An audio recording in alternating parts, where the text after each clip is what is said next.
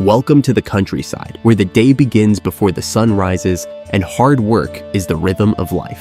Today, we step into the shoes of a medieval farmer, someone whose labor feeds not just their family, but their entire village. Let's follow their journey from dawn to dusk. The day starts early for a medieval farmer. Before the sun is fully up, the farmer is already at work. First on the list, taking care of the animals. The farmer heads to the barn to feed the cows, sheep, and chickens. The sound of the animals waking fills the morning air. Every animal has a purpose. Cows provide milk, sheep give wool, and chickens lay eggs. Each one is precious, especially in a time when every resource is vital for survival. With the animals fed, it's time to turn to the fields.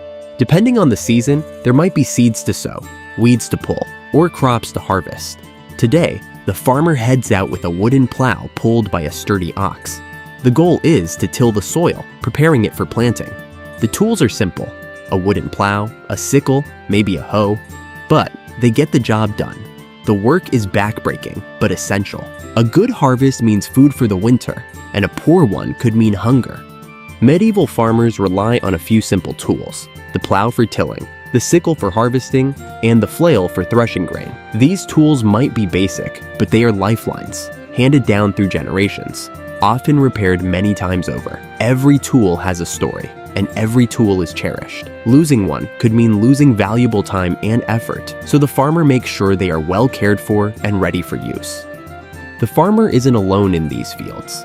Neighbors work side by side, lending a hand when needed. At midday, there might be a brief break to share a small meal, often just bread, cheese, and ale. Once a week, there is a trip to the village market. The farmer might trade eggs, milk, or wool for tools, salt, or other necessities. It's also a time to hear the news, share stories, and build bonds with neighbors.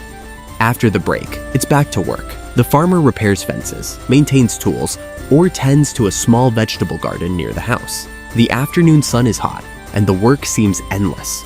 And then, there are the unpredictable challenges, like a sudden storm or a pest infestation that could destroy the crops. The farmer knows that nature is both a friend and a foe. Every day is a battle against time, weather, and sometimes fate itself.